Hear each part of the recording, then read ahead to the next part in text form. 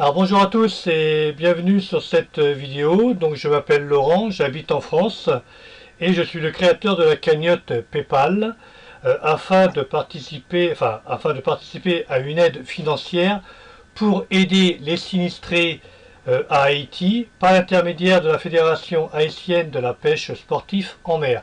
Donc nous sommes en liaison avec Haïti ce soir, avec Marc, qui est l'ambassadeur de la pêche haïtienne sportive en mer. Donc en fait, par rapport à l'interview que vous avez eue le 20 août avec vos collègues de l'association, j'aimerais savoir quelle est la situation aujourd'hui à Haïti. Ok. Bonjour Laurent, bonjour. Comme vous avez dit tout à l'heure, je suis Marc Edwin. Je suis le président de la fédération ainsi qu'ambassadeur pour Isla d'innovation sur l'île de la Gonave.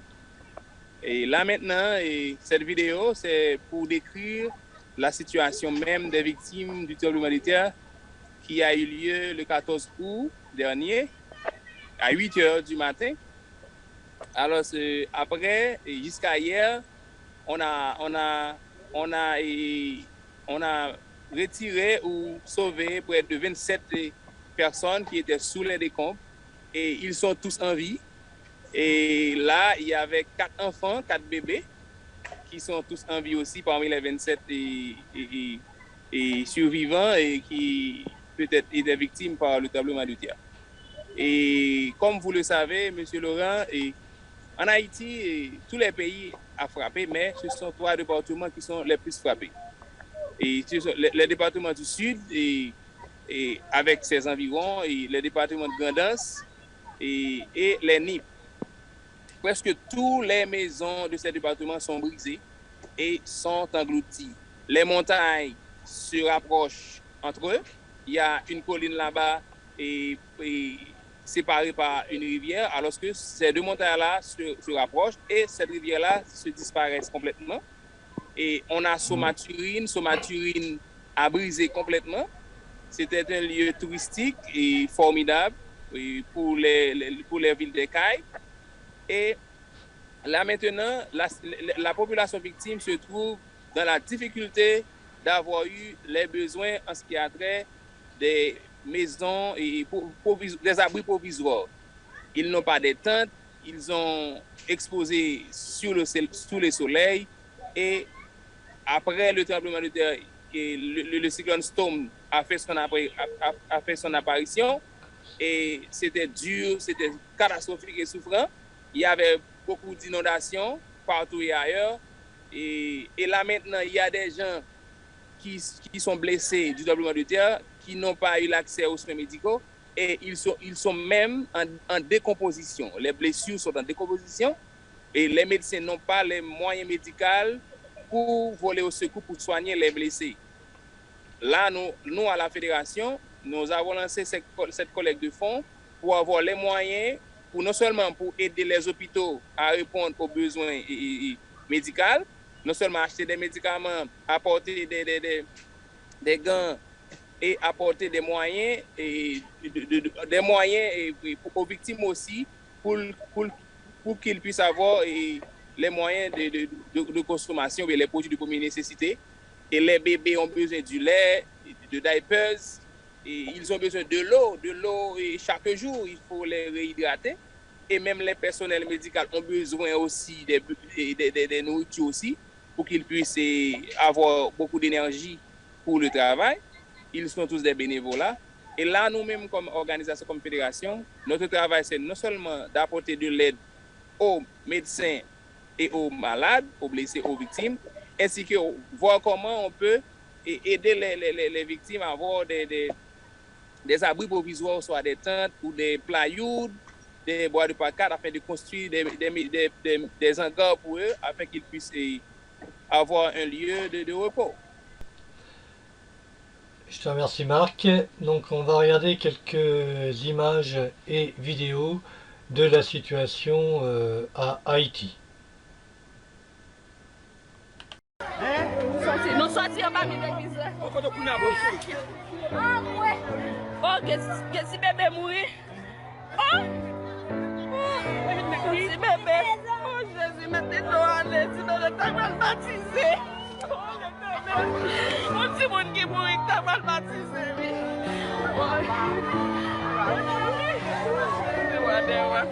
Côte maman, côte maman, tout le monde là. Oh, Jésus, oh, Jésus, oh, Jésus.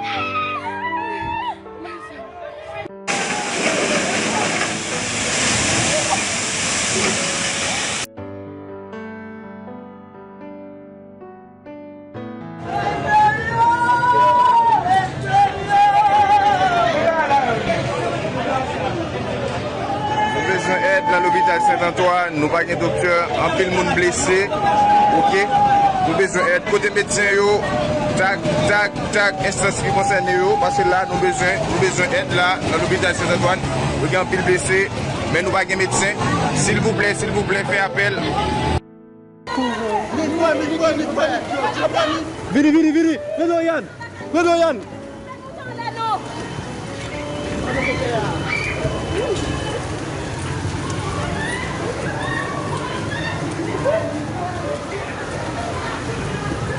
Hey! Montez! Tenez Fabrice!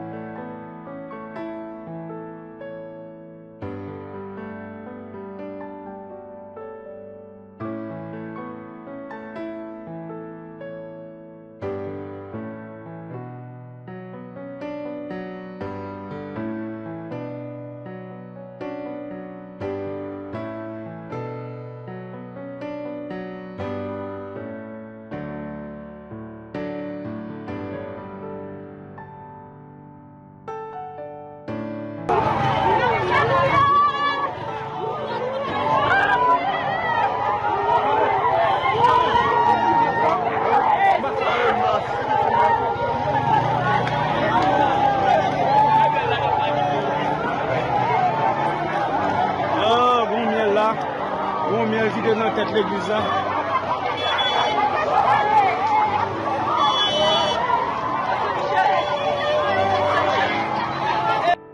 Bon mes amis, regardez, nous songeons qui j'en étais étalé, regardez Kounia, l'homme a séché,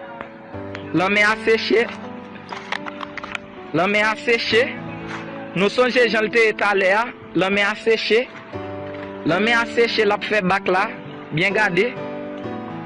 Mes amis, oh, bah elle a marre. M'a dit en pile prudence dans le moment parce que je ne peux pas comprendre le phénomène ça qui a passé. L'homme a séché taléa.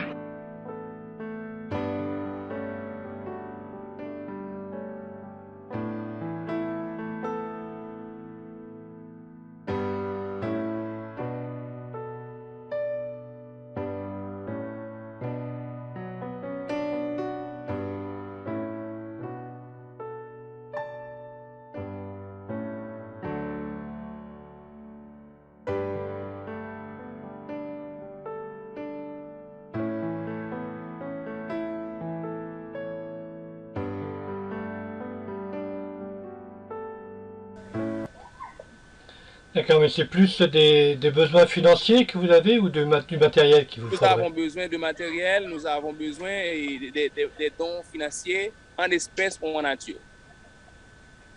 D'accord, parce qu'aujourd'hui, bon, oui, aujourd'hui, moi je suis créateur d'une cagnotte PayPal okay, pour vous aider, comme je vous l'avais fait, comme on en a parlé okay, aux dernières interviews que vous avez eues avec vos collègues. Par contre, ce n'est que de l'aide financière. Okay. Généralement, on demande à tout le monde de bien y participer, justement pour aider tous ces sinistrés qui sont là-bas. Donc, nous, personnellement, on peut vous aider financièrement. Donc, on demande à toutes les personnes qui veulent bien participer à cette cagnotte de donner. Okay.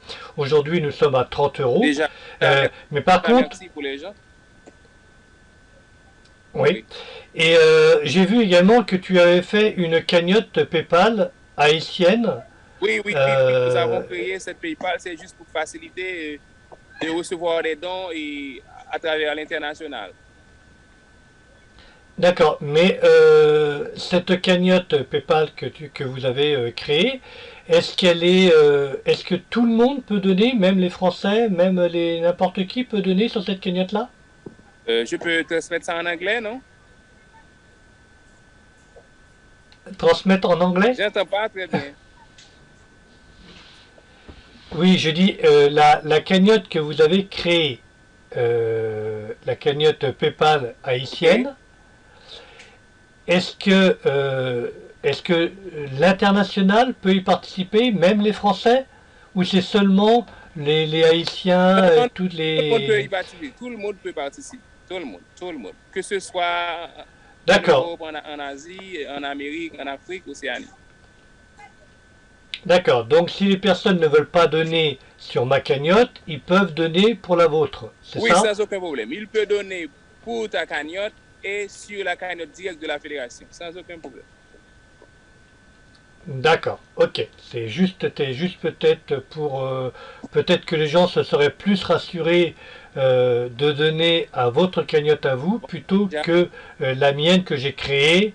Peur peut-être de penser que cet argent-là m'irait à moi et pas à vous. Moi, je n'y pense Voilà. pas parce que là, vous êtes en train de nous aider nous-mêmes en Haïti.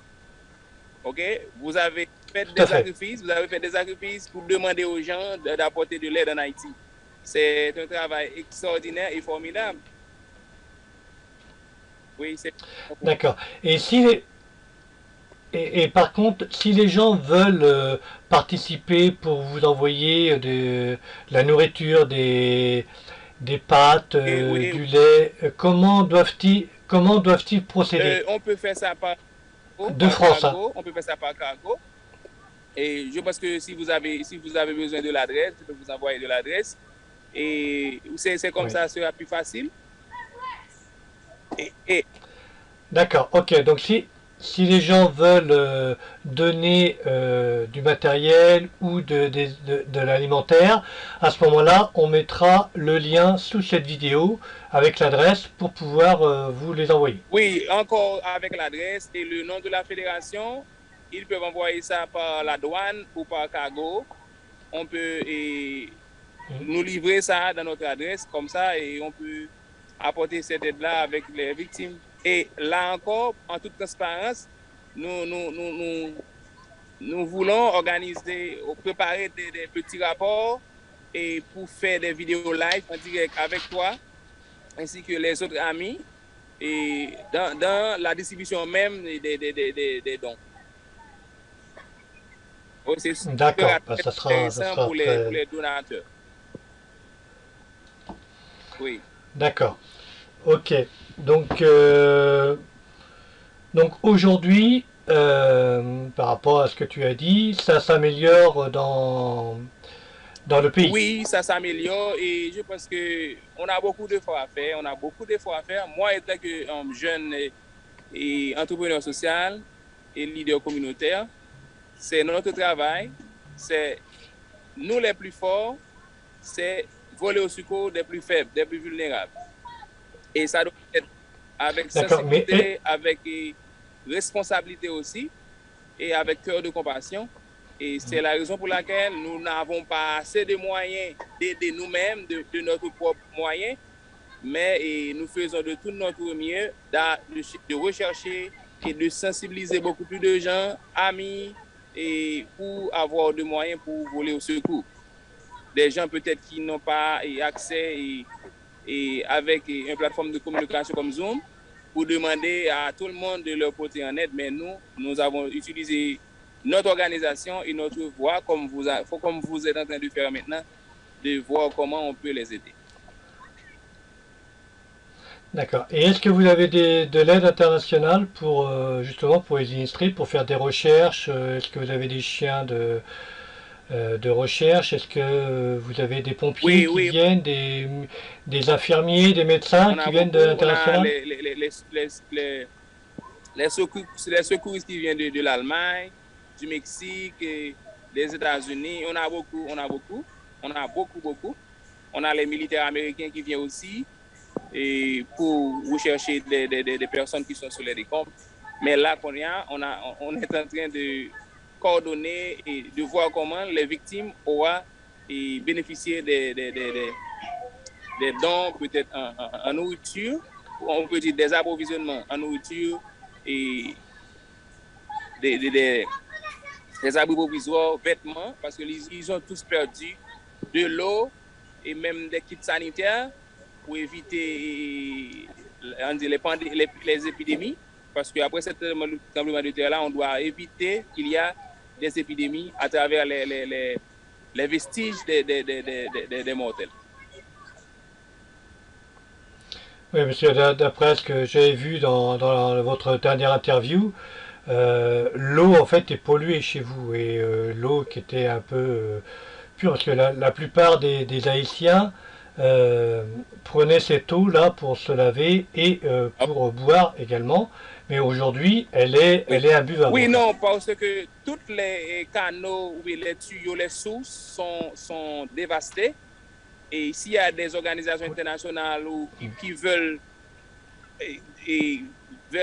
apporter leurs aides à travers les ressources en eau, ce sera bienvenu. Et là, si on a de l'argent, on peut acheter de l'eau, ok?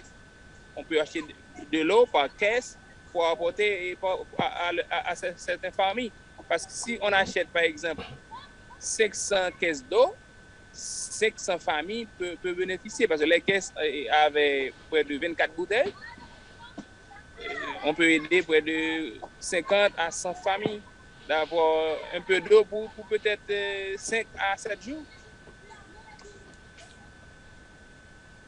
Mais pour ça, vous avez besoin de l'aide financière pour acheter de l'eau. C'est-à-dire que aujourd'hui, ni le gouvernement, ni autre ne vous fournit de l'eau ou des médicaments ou de l'alimentaire. Aujourd'hui, vous avez besoin que de l'aide financière pour acheter. Je pense, le gouvernement est vraiment totalement absent. C'est ça le problème. Je pense qu'à travers la crise politique et surtout l'assassinat du président Jovenel, ça cause, on a seulement un premier ministre nommé, mais peut-être qu'ils n'ont pas assez de possibilités de prendre les décisions qu'il faut. Et là encore, la crise se continue à faire son chemin. Mais les gens ont dans le besoin. Nous, on ne peut pas rester à attendre le gouvernement, mais parce que la situation décrit une aide d'urgence, on doit d'abord apporter de l'aide d'urgence pour secourir les victimes. Mais vous dites, tu me disais tout à l'heure, Marc, que vous aviez quand même de l'aide des médecins, oui, des pompiers, des chercheurs qui venaient un peu de l'international. Les jeunes qui ont apporté leurs aides aux victimes, mais ils n'ont pas les moyens et matériels pour travailler.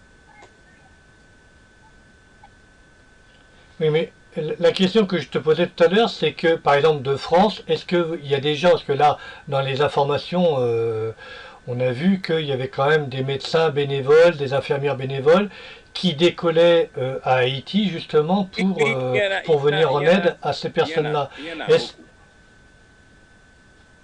Mais ils sont venus les mains dans les poches, et ils n'avaient pas d'eau, ils n'avaient pas de médicaments pour ces gens-là? D'abord, pour que les pays apportent de l'aide en Haïti, il faut d'abord passer par le gouvernement. C'est ça le problème.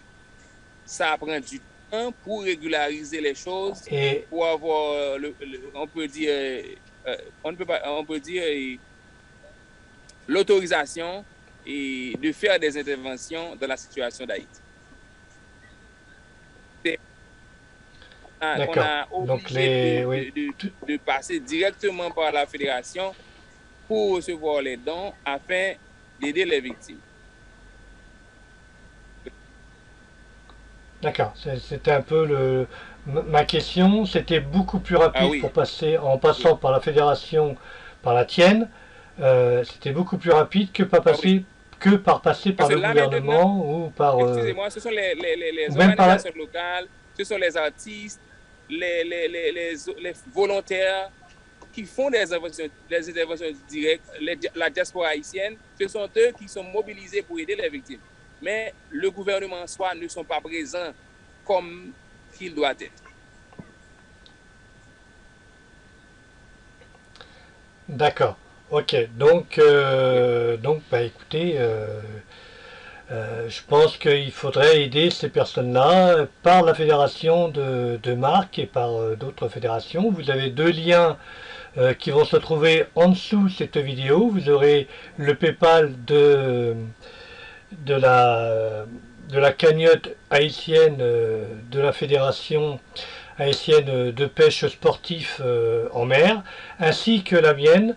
Et vous aurez également l'adresse pour les cargos, pour envoyer tous vos dons de matériel, d'eau, alimentaire, des nouilles. Ils ont besoin de nouilles, ils ont besoin de nourriture pour justement ces sinistrés. La dernière fois, tu parlais dans la vidéo que même les repas chauffés, à réchauffer, auraient été le bienvenu, puisqu'ils n'ont même plus aujourd'hui les moyens de faire chauffer, puisqu'ils n'ont plus rien du tout.